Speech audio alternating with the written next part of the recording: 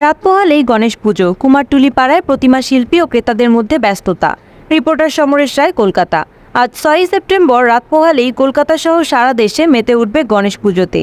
বাড়ির পুজো থেকে শুরু করে বিভিন্ন ক্লাবের উদ্যোক্তার পুজো।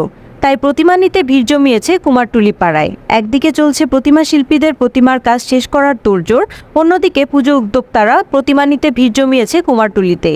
বাড়ির লোক থেকে শুরু করে ক্লাবের উদ্যোক্তারা কেউ কেউ অর্ডার দিয়ে গিয়েছেন, আবার কেউ কেউ এসেছেন রেডি গণেশ ঠাকুর কিনতে। তবে প্রতিমা শিল্পীদের কাছে জানা গেল এবারে নাকি তারা কয়েকটি বিশেষ গণেশ তৈরি করেছেন, যা আলোড়ন সৃষ্টি করেছে এবং তাদেরকে চাহিদা এনে দিয়েছে। ক্রেতারা সেই গণেশ না পেয়ে আফসোস করছেন। একটি হচ্ছে জগন্নাথের আদলে গণেশ ঠাকুর, আরেকটি হচ্ছে পঞ্চমুখী সাপের উপর গণেশ ঠাকুর। এই দুটো ক্রেতাদের কাছে আকর্ষণ হয়ে দাঁড়িয়েছে। এছাড়াও বহু রকমের গণেশ ঠাকুর তৈরি করেছেন, কিন্তু এই দুটি বেশি আকর্ষণ করলো।